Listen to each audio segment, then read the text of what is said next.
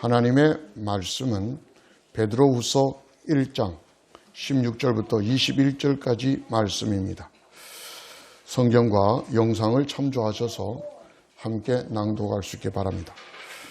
다 같이 다 찾은 줄 알고 함께 읽습니다. 시작. 우리가 여러분에게 우리 주 예수 그리스도의 권능과 재림을 알려드린 것은 교묘하게 꾸민 신화를 따라서 한 것이 아닙니다. 우리는 그의 위엄을 눈으로 본 사람들입니다. 더없이 영광스러운 분께서 그에게 말씀하시기를 이는 내 사랑하는 아들이요 내가 좋아하는 아들이다 하실 때에 그는 하나님 아버지로부터 존귀와 영광을 받았습니다. 우리가 그 거룩한 산에서 그분과 함께 있을 때에 우리는 이 말소리가 하늘로부터 들려오는 것을 들었습니다. 또 우리에게는 더욱 확실한 예언의 말씀이 있습니다. 여러분의 마음속에서 날이 새고 샛별이 또 오를 때까지 여러분은 어둠 속에서 비치는 등불을 대하듯이 이 예언의 말씀에 주의를 기울이는 것이 좋습니다. 여러분이 무엇보다도 먼저 알아야 할 것은 이것입니다. 아무도 성경의 모든 예언을 제 멋대로 해석해서는 안 됩니다. 예언은 언제든지 사람의 뜻에서 나온 것이 아니라 사람들이 성령에 이끌려서 하나님께로부터 오는 말씀을 받아서 한 것입니다. 아멘. 할렐루야. 자, 한 주간 잘 지내셨죠? 오늘은 여기 이왕표라는 사람부터 먼저 한번 시작하겠습니다. 제 왼쪽 편에 유명한 영원한 레슬링 헤비급 챔피언, 세계 챔피언이죠. 고 이왕표 씨입니다. 이분은 59세 때 2013년입니다. 2013년 8월에 담도암 판정을 받고 수술을 합니다. 그리고 그 수술이 잘 끝나서 36kg이나 빠지면서 홀쭉하게 퇴원하게 되고 이어서 계속 병을 잘 관리해 왔습니다. 방송에도 많이 출연하고 그러면서 차가버섯을 먹고 있다. 그런 이야기까지 제가 방송 직접 봤습니다. 근데 그 차가버섯을 왜 먹냐 하니까 그보다 조금 더 먼저 가수 김정수라는 분이 있습니다. 이분이 2010년쯤에 위암 수술을 받습니다. 말기 위암이 되어서 위의 80%를 절제를 하고 겨우 생명을 건졌다가 이분은 또 크리스찬입니다. 하나님의 은혜와 또 차가버섯을 먹고 5년 뒤에 완치 판정을 받습니다. 그때가 2015년이니까요. 그래서 2013년에 수술을 받고 이왕표라는 전 레슬링 챔피언이 이제 차가버섯을 먹기 시작합니다. 그런데 안타깝게도 64세 되는 해 2018년입니다. 지금부터 3년 전 9월 4일 그만 별세하고 맙니다. 그래서 많은 사람들이 애도했습니다. 이왕표라는 분은 우리 70년대, 60년대, 70년대의 그 흑백 TV 시절에 김일이라는 아주 절충한 그 레슬링 선수가 있었습니다. 박치기 왕 김일. 저도 어릴 때 기억이 많이 나네요. 그분의 제1기 제자입니다. 수제자라고 말하는 그런 사람인데 세계에 있는 모든 세계 헤비급 챔피언 벨트를 다 획득해 본 그런 인물입니다. 나이가 50이 넘어서까지 있다가 50이 좀 넘어서 은퇴하고 그랬던 분인데 그렇게 좀 이른 나이에 세상을 떠났습니다. 제가 지금 말씀을 드리고 싶은 것은 김정수라는 가수는 지금 완치가 되어서 나이가 한 5살 정도 더 많습니다. 49년생이고 이왕표는 54년생이니까 한 5살 더 많은데 아직 살아 있습니다. 그런데 왜 김정수 씨는 차가버섯을 먹고 건강이 회복되었는데 왜 이왕표 씨는 그러지 못했을까? 그 이야기를 먼저 좀 하고 싶습니다. 차가라는 이름은 러시아의 원어입니다. 차가. 그 시베리아에 있는 아주 혹독한 그 추위 속에서 자작나무 또는 뭐 비늘 솔나무에게 자생하는 그런 버섯이다. 그래서 우리나라는 차가라는 이름 위에 버섯을 붙여서 차가버섯이다. 그렇게 하는데 되게 좀 씁니다. 그런데 이 버섯을 제가 공부를 좀 해보니까 모든 암에 다 효력이 있고요. 효능이 있고 특히 이왕표 씨가 알았던 담도암, 물론 또 담관암이라고 합니다. 이 담도암에도 되게 효능이 있다 그렇게 알려져 있습니다. 그 담도암이라는 게 뭐냐면 우리 간에서 썰개에 즙을 만듭니다. 즙을 만들어 썰개에 저장했다가 그 담낭이라 그러죠. 그 일부를 담로 또는 담관을 통해서 십이지장으로 이동을 시킵니다.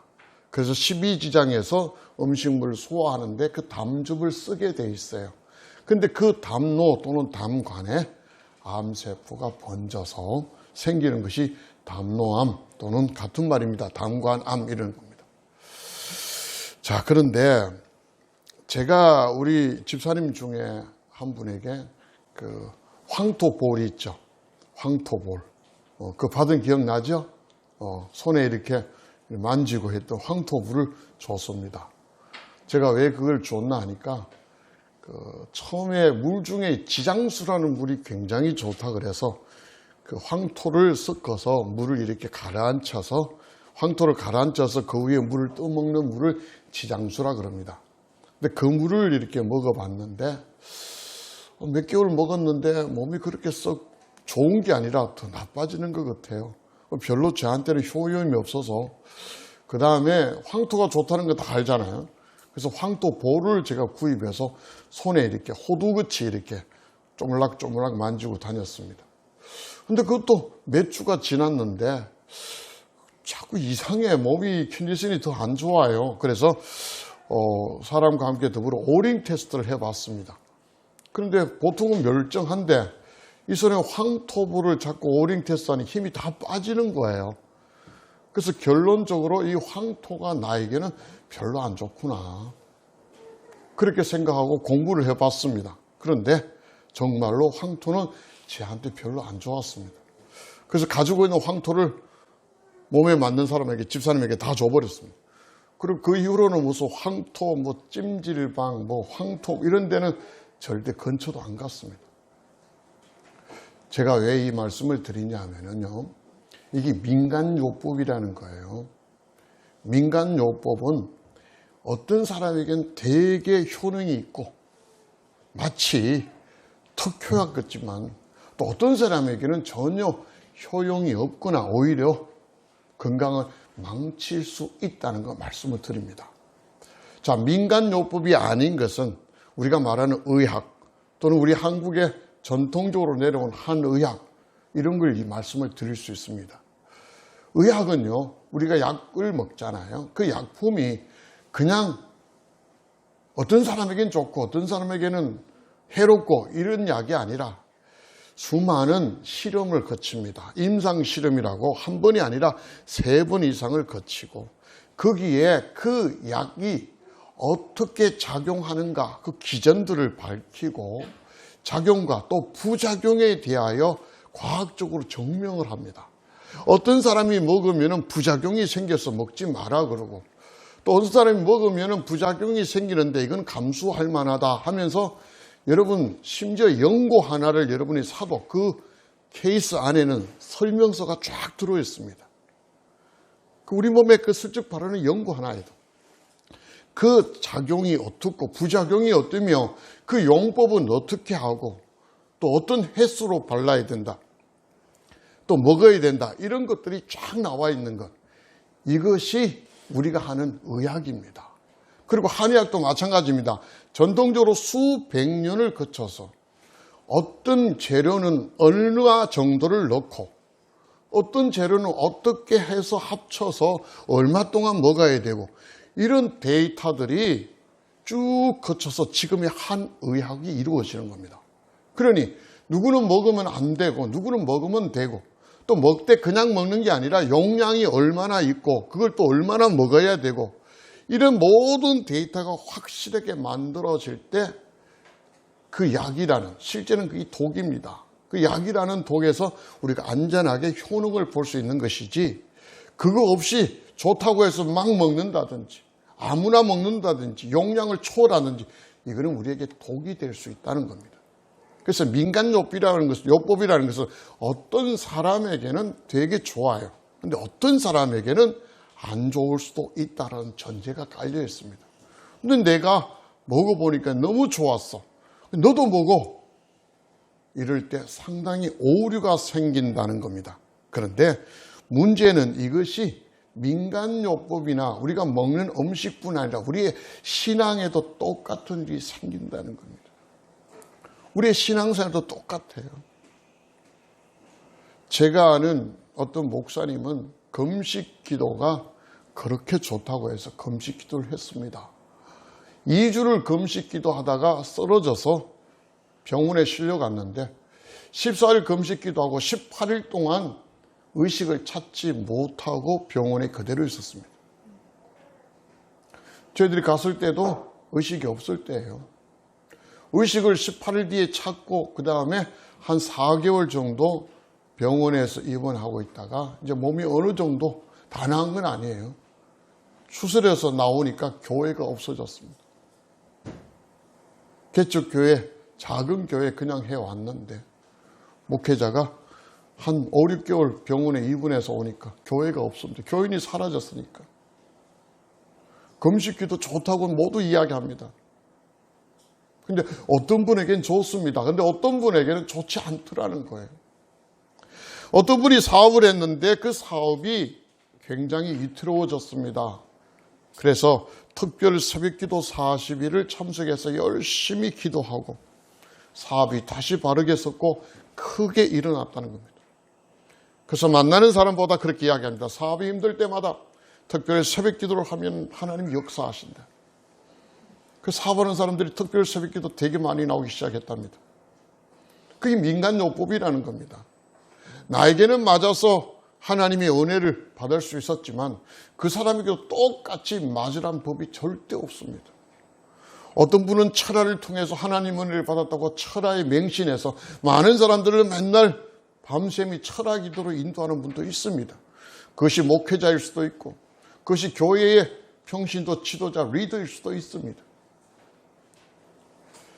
오늘 성경에 베드로후서를 기록했다고 말하는 이 베드로, 예수님의 수제자라고 자칭 타칭 이 베드로가 오늘 성경에 말했던 메시지에 우리가 귀를 기울여야 됩니다. 신앙에도 이런 민간 요법적인 신앙들을 해 나올 때 이것이 우리에게 치명적으로 도구로 작용한다는 겁니다. 2장에 가면요, 오늘이 우리가 1장 마지막까지 봤잖아요. 2장에 가면 거짓 예언자, 거짓 선지자들이 많이 나오는 걸 이야기를 합니다. 왜 그렇게 되었을까요? 바로 이 영적인 민간 요법의 신앙 삶을 살다가 그렇게 당하는 거예요.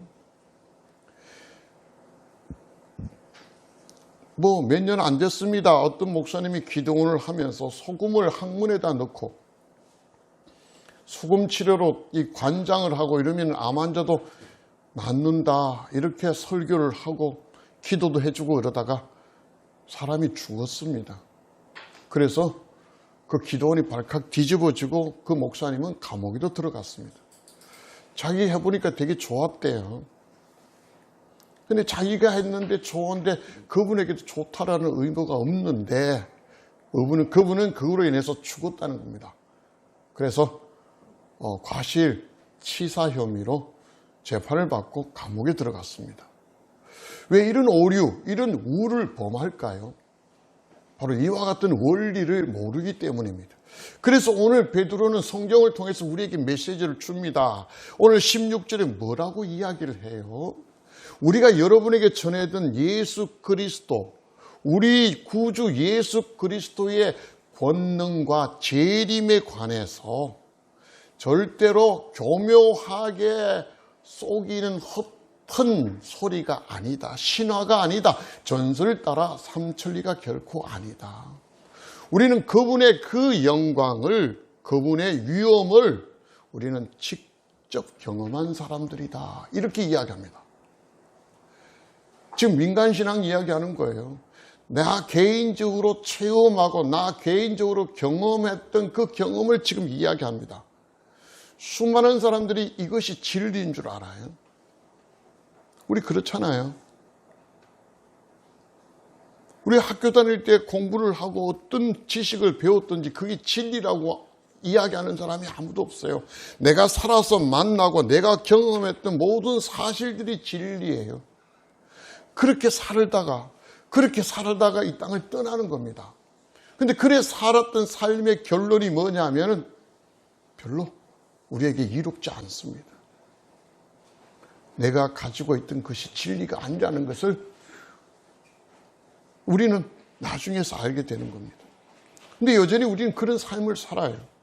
오늘 베드로가 그 이야기를 합니다. 그러면 17절에 어떤 이야기까지 합니까? 그는 하늘에서 소리까지 들었답니다. 예수 그리스도의 그 위엄을 직접 목도하고 바라본 사람일 뿐 아니라 하늘에서 하나님의 음성까지 들었습니다. 이는 내 사랑하는 아들이며 이는 내가 좋아하는 아들이다. 하늘의 음성을 분명히 들었다고 자기 개인적인 체험, 민간요법적인 신앙을 이야기를 합니다. 자, 이 정도 나오면 우리 모두는 껍벅 죽습니다. 많은 크리스찬들이 간증을 합니다. 그 간증이 전부 이런 민간요법적인 이야기입니다. 제 자신이 하나님을 경험했던 개인적인 체험을 이야기를 합니다. 근데 문제는 그 개인적인 체험이 모든 사람에게 은혜가 될 뿐 아니라 그것이 개인적이지 않고 모든 사람에게 동일하게 기준이 되고 잣대가 된다는 게 오류라는 겁니다. 그 사람에게 하나님이 주시는 은혜는 그 사람에게 있습니다. 그런데 그와 똑같은 방법과 똑같은 노선을 통해서 하나님이 나에게 은혜 주신다는 그런 보장은 없어요. 우리 지금 교회에서 욥기를 매일매일 우리가 말씀을 보고 있습니다. 욥이 고난을 받고 있습니다. 그의 친구들 3명이 와서 이러쿵저러쿵 계속 이야기합니다. 자기들 입장에서는 그게 맞다는 이야기예요. 근데 욥의 입장에서는 아니다는 이야기고 친구들 3명은 욥을 위로한다는 게 아니라 자기의 입장에서 맞는 체험적인 이야기를 계속 해오는 거예요. 거기에서 오류가 자꾸 생기잖아요. 욥도 오류가 생기는 겁니다. 그래서 욥기 뒤에 가면 하나님 앞에 입을 쫙 벌립니다. 그리고는 지식으로 말로만 아니라 직접 하나님을 경험하고는 그는 납작 엎드리죠. 욥이. 우리가 그렇습니다. 누가 뭐라 그래도 내가 경험하고 내가 체험하고 내가 느끼고 내가 알고 내가 본 것들을 우리는 다 붙들어요. 근데 이게 오류가 일 수 있다는 걸 우리는 전혀 못 느낍니다. 도박하는 사람들이 왜 망합니까? 자기 손에 엄청난 좋은 패가 들어서 이 패로서 이길 수 있다고 생각하니까 망하는 겁니다. 상대는 나보다 더 좋은 패를 들었을 수 있다는 걸 얼마든지 가정할 수 있는데도 불구하고 자기 손의 패가 최고라고 생각합니다. 내가 보고 내가 만지고 내가 쥐고 있는 이 패가 최고입니다. 그래서 자기의 모든 것들을 거기에 올인하는 겁니다. 올인하는 거예요. 그래서 올인됐다는 말이 그 올인이랑 모든 거 잡아넣습니다. 그런데 결과는 어떻게 돼요? 망하게 되는 겁니다. 우리의 신앙도 이런 식으로 가면 안 된다고 오늘 베드로가 이야기하는 거예요. 심지어 18절에 뭐라고 이야기합니까? 거룩한 산을 이야기합니다. 제가 이스라엘에 가니까 변화산이라고 이야기합니다. 그 거룩한 산에서 그가 하나님 앞에 들었던 수많은 이야기들에 대해서 이야기합니다. 말소리가 하늘로부터 들었는 것도 분명히 들었습니다. 그렇게 말합니다. 17절에서는 하나님의 그 존귀와 영광이 아들에게 임하는 것까지 경험했습니다. 이 정도면 뭐 다들 우리는 껍벅 넘어가야 되잖아요.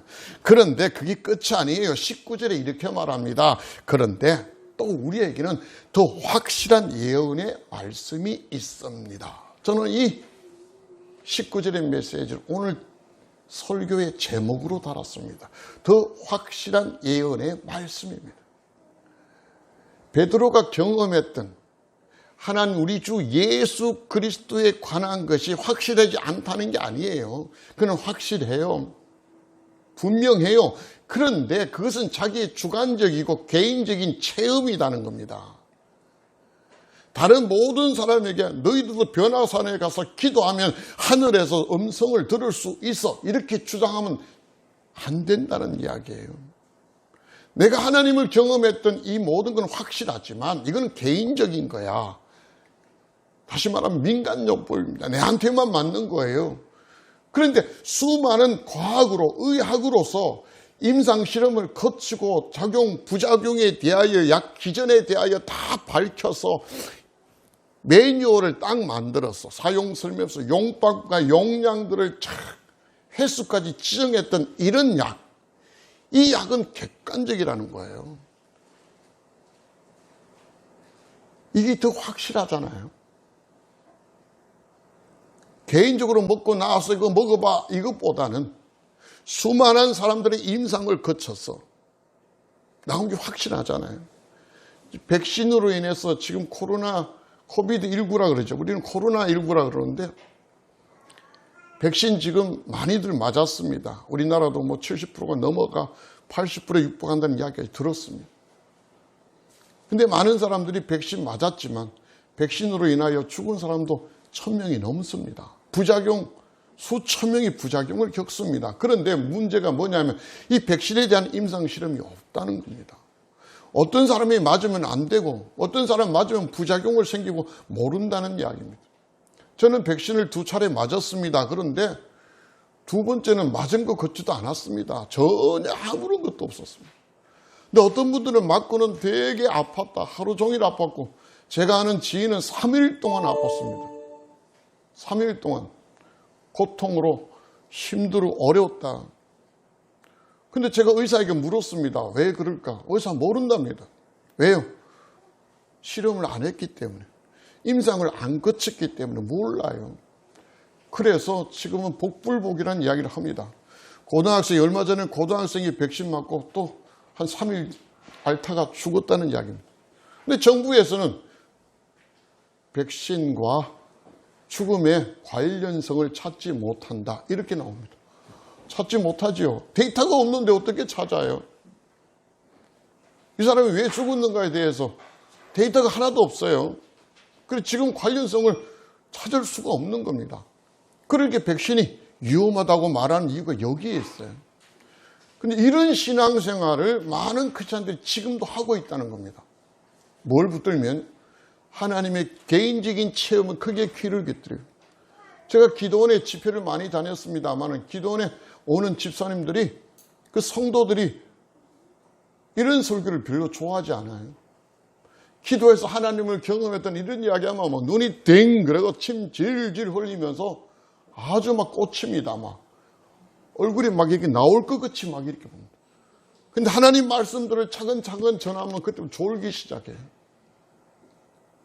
더 확실한 예언의 말씀이 있는데 모든 데이터를 다 만들어서 수천 년 동안에 세계의 최고 많은 책들을 만들어내고 세상에 최고 많은 언어와 문자로 번역되어 있는 더 확실한 예언의 말씀이 있는데도 여긴 귀 기울이지 않습니다.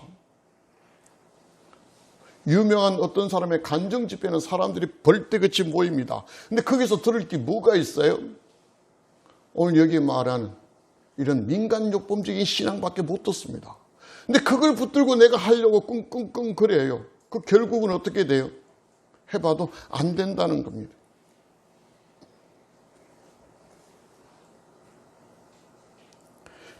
오늘 19절에 사도 베드로는 이렇게 이야기합니다. 보다 더 확실한 예언의 말씀이 있는데 이것을 여러분이 주의를 기울이는 것이 좋습니다. 제일 먼저 이렇게 이야기합니다.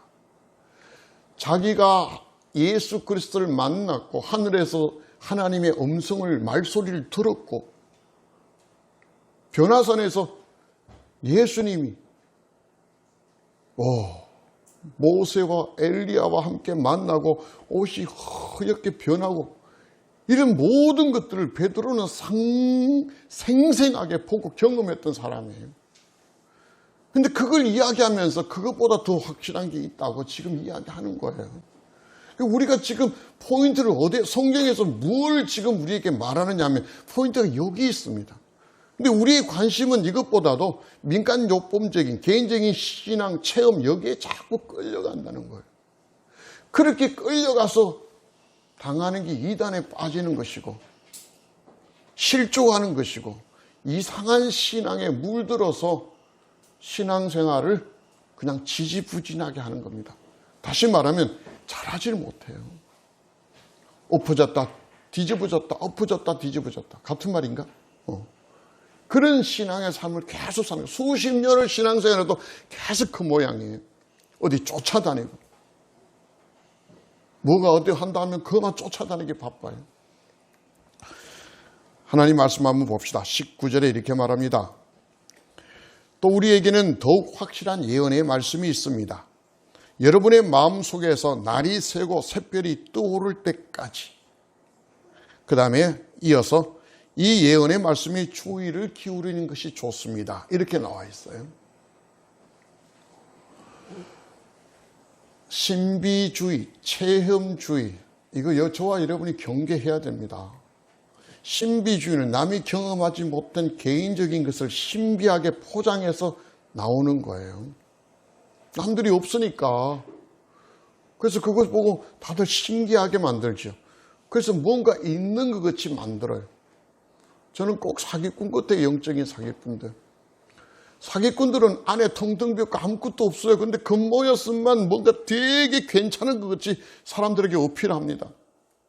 돈이 얼마나 많으면 선물을 막 주고 그럴까요? 근데 돈 없어요. 그런데 선물 막 줘요. 그리고 그 선물에 수천 배, 수만 배를 사기에 가는 거예요. 그게 사기꾼들이에요. 이상하게 포장해서 우리나라 기독교계가 이런 경향이 되게 많습니다. 하나님의 말씀 초기에는요, 사경예라 그래서, 부흥회가 아니에요. 사경예라 그래서 하나님 말씀으로 계속 가르쳤어요. 지금도 어디 가면요, 히브리어, 헬라어가 최고 권위가 있다고 거기에 짚혀가지고 그것만 갖고 계속 붙드는 사람이 있어요. 제가 차마 이야기는 하지 못하지만 이 자리에서 이야기합니다. 꿈 깨십시오. 히브리어, 헬라어 공부해 봤습니다. 근데 성경을 보기 위해서 히브리, 헬라어 공부해야 되나요? 그럴 필요 없습니다.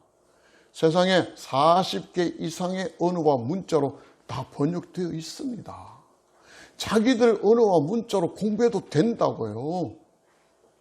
거기에 조금 더 여유가 있으면은 다른 언어들을 좀 참고하는 거예요.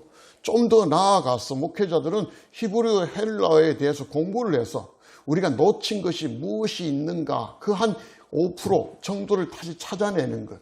그 정도에 불과하는 것이지 이 성경, 우리말로 된 성경을 읽고 공부하고 내가 그걸 붙들어서 실패할 확률이 없다는 거예요. 근데 이게 뭐가 부족해? 이것만 해도 충분히 차고 넘치는데 부족해서 헬라어를 봐야 되고 히브리어를 봐야 되고 거기에 꽂혀서 모든 걸 그쪽으로만 자꾸 모으는 사람들이 되게 많아요.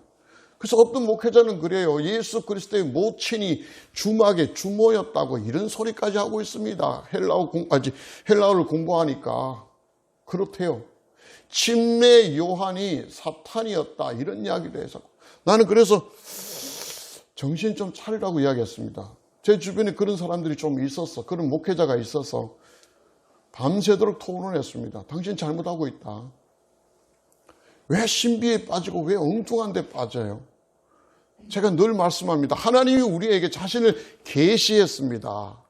계시하려고 자신을 알려주려고 하나님 말씀을 줬는데 그걸 왜 뒷꼬고 어렵게 그렇게 해서 우리에게 알려줘요? 그렇지 않습니다. 쉽게 알려줘요. 근데 왜 신비하고 무언가 어렵게 풀려고 하냐고요. 그래서 다 망해요. 20절에 갈까요? 그 더욱 확실한 예언의 말씀에 대하여 20절에 뭐라 그럽니까? 먼저 알아야 할 것이 있다고 말합니다.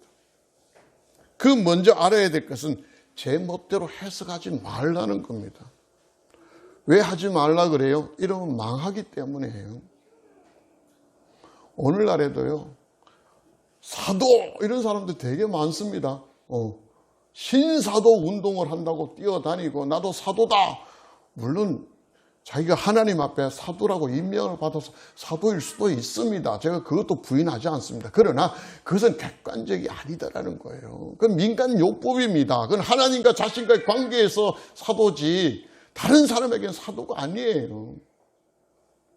사도라고 불렸던 수많은 사람들 없습니다. 예수님의 제자 12명만 사도였지. 그 사도 요한의 제자 폴리카비고 그 유명한 이스타티누스, 초대교회의 모든 사람들은 교부라든지 뭐 이런 사람들로 해야지 사도란 이야기가 없습니다. 그 사람들이 우리보다 못나서 그래요. 아니 사도 요한의 제자들이에요. 근데 그들은 사도라 이야기하지 않습니다. 2000년이 지난 지금 와서 나도 사도다. 사도다. 사도일 수 있겠죠. 그런데 그건 객관성이 없다고요. 또 어떤 분은 선지자라고 그럽니다. 요즘 서울의 그 성북구에 있는 그 모 교회에 그 요즘 뭐 말이 많은 그 목사님 있잖아요. 어떤 분은 선지자라고 합니다. 그분을 알고. 선지자 다 죽었습니다. 선지자일 수도 있습니다. 하나님 앞에. 그러나 객관성은 없어요. 객관적으로 선지자라고 말할 수 있는 게 없어요. 좀 뭔가 이 폼만 하면 선지자인가요? 아니에요. 그래서 이상하게 빠집니다. 그래서 이 베드로후서 2장에는 거짓 예언자, 거짓 교사에 대한 이야기가 오늘 말씀이 끝나고 21절이 끝나고 바로 이어서 나오는 거예요. 우리가 민간요법에 자꾸 신경 쓰고 거기에 붙들릴 때 우리의 신앙은 왜곡이 되어지고 약해집니다. 그 텀 속으로 거짓 예언자, 거짓 선지자, 거짓 교사들이 들어와서 작당을 하게 된다는 거예요. 그래서 먼저 할 것은 하나님 말씀 제멋대로 해석하지 마라. 과거에 우리가 개혁성경은 사사로이라는 표현을 썼습니다. 제멋대로요. 자기 이익에 맞았어. 내가 이렇게 하는 것이 내 이익에 맞았어. 이렇게 하고 좀 그러지 말라는 거예요. 그러면 망한다는 겁니다. 우리는 같은 말이라도 내가 유리한 쪽으로 뭔가 자꾸 끌리는 경향이 있잖아요. 하나님 말씀도 내 유리한 쪽으로 자꾸 무언가 말하고 싶고 얘기하고 싶어요. 근데 성경에 관해서는 그러지 말라는 겁니다. 그렇게 신앙생활하면 망한다는 거예요. 21절의 예언에 대해서 다시 말하면 베드로가 말했던 더 확실한 예언의 말씀에 대해서 이야기합니다. 이건 사람에게서 나온 게 아니야. 이 사람의 작품이 아니에요. 하나님의 작품이란 이야기입니다. 성령의 감동을 받은 사람들이 하나님께 하신 말씀들을 받아서 오늘 성경 21절에 나옵니다. 받아서 기록하고 받아서 했던 그 메시지가 예언의 더 확실한 예언의 말씀이다. 이렇게 말합니다. 그럼 저와 여러분은 뭘 붙들어야 돼요? 내한테 독이 될 수도 있는 민간신앙적인 모습 붙들고 따라다녀서는 안 된다는 이야기입니다. 신천지라는 그 이단의 단체가 있습니다. 그건 지금도 12지파를 막 운영합니다. 그래서 12지파가 뭐 14만 4천 명이 돼가지고 뭐 하늘에 오른다 엉뚱한 소리 합니다. 근데 그게 또 맞다 싶어서 막 따르는 사람이 되게 많아요. 다 그 쓸데없는 소리입니다. 신약에 무슨 12지파가 나와 있습니까? 이스라엘도 12지파가 다 사라지고 없어요. 그래서 지금 새롭게 준비한다고 그 지파의 핏줄들을 막 유전자 검색을 해가지고 지금 겨우 레위 지파의 대제사장 반열들을 겨우 찾아냈답니다. 이해되세요? 성전이 건축되면 그것을 제사할 수 있는, 제사를 자기들이 제사법에 의해서 할 수 있는 대제사장 그 반열의 핏줄들을 이제 유전자 검사로 인해서 찾아냈대요. 그게 다예요. 그들이 지금 베드로 지파가 어디고, 베드로는 지파 아니지. 르우벤 지파지, 유다 지파. 지금 이스라엘에 가서 그 찾을 수 있어요? 없습니다. 근데 우리 한국에는 있어요. 왜요? 이런 민간 요법적인 신앙이 판을 치니까요. 몇 년 전에 통계였습니다만 한국에 예수라는 이름이 67명이나 있었던 것을 과거에 제가 통계에서 봤습니다. 그냥 이름이 아니라 호적에 올라간 이름이에요. 이예수, 김예수부터 시작해서 그냥 예시성을 가진 사람도 예수라는 이름도 있습니다. 다 자기가 체험적으로 무언가 있다는 이야기가 수도 없이 많습니다. 여러분 교회들마다 다 그래요. 기도원들마다 가보십시오. 다 자기 나름대로 뭔가 다 있어요. 저도 마찬가지입니다. 본격적으로 주님을 만난 청년 때부터 지금까지도 있습니다. 그런데 저는 그런 이야기 잘 하지 않습니다.